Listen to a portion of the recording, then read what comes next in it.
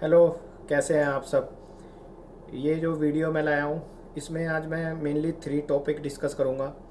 Number 1, जो पहला discussion है वो डेक साइड से है। सेकंड डिस्कशन है इंजन साइड से। दूसरा मैं इसमें ये डिस्कस करूँगा कि जो डेक साइड से है, जैसे लाइक उनको कौन कौन से कोर्स करने चाहिए, मीन्स जिनको डेक में आना है, डेक साइड से आना है, उनके लिए कौन सा कोर्स बेटर रहेगा, कौन सी कंपनी बेटर रहेगी और कैसे मिलेगी, बेसिक क्वालिफिकेशन क्या है। दूसरे टॉपिक में मैं इंजन साइड वालों के लिए डिस्कस करूँगा। तीसरा ये क्रू के बारे में भी बताऊँगा जो कि जीपी रेटिंग कोर्स से रिलेटेड है। ठीक है। तो और थोड़ा बहुत मैं गैली डिपार्टमेंट के बारे में भी बताऊँगा। तो ये सारा कुछ मैं इसी वीडियो में कवर करने वाला हूँ, तो वीडियो में लास्ट तक बने रहिएगा। और जो लोग मेरे बारे में नहीं जानते हैं तो उनको नमस्कार। मेरा नाम है अभिषेक मिश्रा और आप देख रहे हैं यूट्यूब चैनल सेलर एंकर। तो दोस्तों, सबसे पहले हम बात करते हैं कि मिडिल क्लास की फैमिली। मिडिल क्लास की फैमिली बोले तो जैसे आपकी मिडिल क्लास की फैमिली से आप बिलोंग करते हैं, सपोज डैट कोई भी यहाँ पे मिडिल क्लास की फैमिली वाला ही आता है, मिडिल क्लास की फैमिली से बिलोंग करते हो, तो मिडिल क्लास की फैमिली वालों के लिए ये वीडियो है। क्योंकि जो रिच क्लास है वो तो हार्डली कोई आएगा, शौक से आएगा, वैसे कोई शौक है नहीं। पर ये मिडिल क्लास वालों के लिए बहुत अच्छा सुनहरा मौका है। मैं क्यों बोल रहा हूँ, दूसरी जॉब में भी है, ऐसा नहीं है। आजकल तो देखो बाकी जॉब में तो देखो किस्मत वाली बात है। कहते हैं ना कि भाई, कोई बोलता है कि नहीं भाई तुम दूसरा इंजीनियरिंग करके भी कमा सकते हो या फिर अदर फील्ड में भी अर्न कर सकते हो, बिजनेस कर सकते हो, तो वो फिर लक वाली बात हो जाएगी। चला तो चला, नहीं चला तो फिर सेम लेवल पे रहोगे। पर यहाँ पे आप 101% अगर आपने मेहनत करी है, डेडिकेशन लिया है, तो you can earn in 6 digits. Even 10th standard वाला भी, उसके बारे में भी बताऊंगा। जीपी रेटिंग वालों के लिए, उनके लिए भी है। हाँ, मगर ये सच है यहाँ पे थोड़ा सेक्रीफिकेशन है, तो वो सारी चीज़ें मैं इसमें डिस्कस करूँगा। तो सबसे पहले बात करते हैं डीएनएस। तो जैसा कि मैं पहले भी बता चुका हूँ, there are 2 type of course, DNS और बीएनएस। एक डीएनएस अलग है, diploma in nautical science which is leading to BSc nautical science. ये पार्ट ए में हो गया। पार्ट बी अलग कोर्स है, बीएससी नॉटिकल साइंस। तो इन दोनों में से एक करना होता है। तो डीएनएस में, डीएनएस करने का क्या फ़ायदा है, क्यों एडवांटेज है, और क्यों बाकी यूट्यूब वाले भी बोलते हैं, अगर आप देखोगे तो वो भी डीएनएस करने के लिए बोलेंगे। इसका क्या रीज़न है? इसका रीज़न साफ है कि डीएनएस में आपकी 12th करते ही जॉब सिक्योर हो जाती है। क्योंकि 12th के बाद जब आप अप्लाई करोगे डीएनएस के लिए, आईएमयू सीटी का एग्ज़ाम दोगे, तो उससे पहले कंपनीज़, कोई भी कंपनी आती है, चाहे वो मेडिटेरियन शिपिंग कॉरपोरेशन हो, चाहे एग्जीक्यूटिव शिप मैनेजमेंट हो, चाहे ग्रेट ईस्टर्न हो, वो डीएनएस के लिए स्पॉन्सरशिप का फॉर्म निकालती है, ना कि बीएससी नॉटिकल साइंस के लिए। आपने देखा होगा बीएससी नॉटिकल साइंस के लिए कोई भी फॉर्म नहीं निकालता, बट डीएनएस के लिए हर कोई फॉर्म निकालेगा। कभी भी आपने इनिशियली बीएससी नॉटिकल साइंस का स्पॉन्सरशिप नहीं देखा। अब क्या फ़र्क है दोनों में? तो अगर डीएनएस अच्छा है तो इन्होंने बीएससी नॉटिकल साइंस क्यों खोला है? जब दोनों में आपको बीएससी की ही डिग्री मिल रही है, तो हर कोई डीएनएस क्यों नहीं करता? तो मैं आपको रीज़न फ़र्क बताता हूँ इसका। देखो, बीएससी नॉटिकल साइंस, जैसे अभी कोई कॉलेज है, सपोज दैट किसी कॉलेज में 40 सीट्स हैं, तो डीएनएस की सीट फुल हो गई, अब उनके पास बची है बीएससी नॉटिकल साइंस के लिए। तो उनको पता है बीएससी नॉटिकल साइंस के लिए लड़के मिल ही जाएंगे, क्योंकि यहाँ कंपनी का कोई इशू नहीं है। प्लस ये जो भी प्राइवेट कॉलेजेस हैं उनको बीएससी नॉटिकल साइंस में फ़ायदा है, क्योंकि 3 ईयर का प्री सी ट्रेनिंग है। जो पैसा आप 1 साल के लिए डीएनएस में दे रहे हो, सपोज डेट आपकी 7 लाख रुपए या 6 लाख रुपए फीस है, तो बीएससी नॉटिकल साइंस के लिए आपको 3 से मल्टीप्लाई कर दो, 18 लाख देने पड़ेंगे। तो इंस्टीट्यूट का तो फ़ायदा है ही, इंस्टीट्यूट का फ़ायदा है। बट यहाँ पे आपका थोड़ा मतलब, एक तो कंपनी नहीं मिलती है, सही बता रहा हूँ, आप स्पॉन्सरशिप शुरू में कंपनी नहीं मिलती है।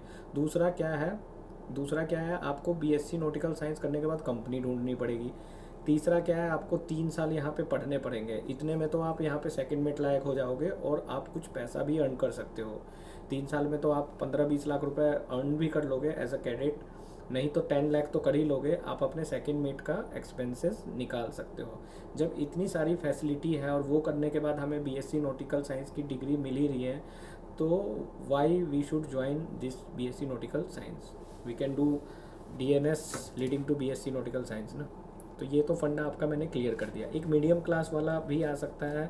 इसके पीछे रीज़न ये है, अगर मान लो किसी कारणवश आपकी फाइनेंशियल कंडीशन इतनी स्ट्रॉन्ग नहीं है और आप वाकई में बहुत अच्छे हो, मतलब आपको लगता है, क्योंकि हमको अच्छे हो, मतलब आपको लगता है, क्योंकि हमको फ़ील हो जाता है, हम ह्यूमन बीइंग हैं, हमको फ़ील हो जाता है कि हाँ हमारा स्टैंडर्ड क्या है। तो ऑफ कोर्स अब जब आप इतने अच्छे हो तो आप लोन के लिए अप्लाई कर दो, और जब आपको पता है कि भैया मैं यहाँ से ट्रेनिंग करने के बाद मेरे मेरे को ये क्या बोलते हैं जॉब मिल ही जाएगी, तो आप लोन ले लो और वो लोन आप फिनिश कर सकते हो। तो डीएनएस के लिए मैं 5-6 कंपनियों के नाम बता देता हूँ आपको। बढ़िया बढ़िया कंपनी है जो टॉप क्लास है। एंग्लो ईस्टर्न ऑफ कोर्स है, fleet management, executive ship management, synergy, Scorpio ship management, Mediterranean मैं ऑलरेडी बोल चुका हूँ। इसके अलावा भी बर्नार्ड शुल्टे। तो ये सारी कंपनीज जो हैं अपना अपना फॉर्म निकालती है इस कोर्स के लिए। तो ये डीएनएस वाला पार्ट क्लियर हो गया। ठीक है, बीएससी नॉटिकल साइंस का मैंने बता ही दिया। इसमें स्पॉन्सरशिप की गारंटी नहीं है, अगर आप कोर्स कर लोगे तो हो सकता है उसके बाद ट्रेनिंग में काफ़ी दिक्कत आए आपको। तो यहाँ पे हम डीएनएस के बारे में ही बात करेंगे। तो ये डेक साइड से एक कोर्स हो गया, ऑफिसर साइड से। अब बात करते हैं इंजन साइड से। अब इंजन साइड से भी 2 तरह के कोर्स होते हैं जब आप जूनियर इंजीनियर में आओगे। एक तो होता है 4 ईयर का BE, bachelor of engineering marine engineering, और दूसरा इसमें है मैकेनिकल इंजीनियरिंग। या तो आप 12th के बाद स्ट्रेट अवे, मैं प्रीफर करता हूँ मैकेनिकल इंजीनियरिंग कर लो। अब आपने मान लो 4 साल की मैकेनिकल इंजीनियरिंग कर ली, उसके बाद आप मर्चेंट नेवी के लिए अप्लाई कर रहे हो, तो आपको शुरू में स्पॉन्सरशिप मिल जाएगी। जैसा कि मैंने पहले की वीडियो में दिखाया भी था, बर्नार्ड शुल्टे शिप मैनेजमेंट ने ऑलरेडी स्पॉन्सरशिप का फॉर्म निकाला हुआ है। एंड जिन्होंने मैकेनिकल इंजीनियरिंग कर रखी है उसके बाद डायरेक्ट उन्हें स्पॉन्सरशिप मिल जाएगी। और मैकेनिकल इंजीनियरिंग का फ़ायदा ये भी है, अगर आपको भाई मर्चेंट नेवी में नहीं आने का मूड या स्विंग हो गया या चेंज हो गया, तो आप स्ट्रेट अवे दूसरा लाइक कोई मैकेनिकल इंजीनियरिंग प्रोफेशन में भी काम कर सकते हो। तो ये क्लियर हो गया गाइज। इंजन साइड से अगर करना है तो जीएमई कोर्स ज्वाइन करो, ग्रेजुएट मरीन इंजीनियरिंग, जो कि है आफ्टर 4 ईयर का मैकेनिकल इंजीनियरिंग करने के बाद। बीई मरीन इंजीनियरिंग क्यों मैं प्रीफर नहीं कर रहा हूँ, फिर अगेन यहाँ पे जॉब की प्रॉब्लम आती है। यहाँ पे अगेन शुरू में कोई स्पॉन्सरशिप नहीं करता, या तो आपको 3rd ईयर या 4th ईयर में, वो भी डिपेंड करता है आप कौन से कॉलेज से कर रहे हैं और आपके 12th में कितने परसेंटेज थे। तो ये सारे फैक्टर्स डिपेंड करते हैं। तो प्रीफरेबली मैं यही बोलूँगा कि आप डायरेक्ट जीएमई कोर्स करते हैं, क्योंकि आपके मरीन इंजीनियरिंग में पैसा भी काफ़ी लगता है और यहाँ पे जीएमई की फ़ीस आपको पे करनी पड़ेगी, पर यहाँ पे आपको स्पॉन्सरशिप मिल जाएगी। तो ये मैंने क्लियर कर दिया है डेक साइड से और इंजन साइड से। अब आइए बात करते हैं जीपी रेटिंग की। जीपी रेटिंग में क्या है, शुरू में कोई भी स्पॉन्सरशिप नहीं है, इनिशियल स्टेज में कोई भी स्पॉन्सरशिप नहीं है। लेकिन कुछ कॉलेज ऐसे हैं जैसे कि मैंने बताया 7 island, great eastern ship management, TS Rahman, NUSI, यहाँ से अगर आप जीपी रेटिंग का कोर्स करते हैं या सैलून रेटिंग का कोर्स करते हैं तो जॉब लगने के काफ़ी चांसेस बन जाते हैं, क्योंकि ये खुद एक कंपनी के पार्ट्स हैं। इवन ग्रेट ईस्टर्न 7 आइलैंड तो है, टीएस रहमान में बाकी कंपनीज आती है, क्योंकि ये अच्छे इंस्टीट्यूट्स हैं। बाकी इंस्टीट्यूटों का तो मुझे सच में बिल्कुल आइडिया नहीं है, मैं प्रीफर भी नहीं करता, किसी को सलाह भी नहीं देता।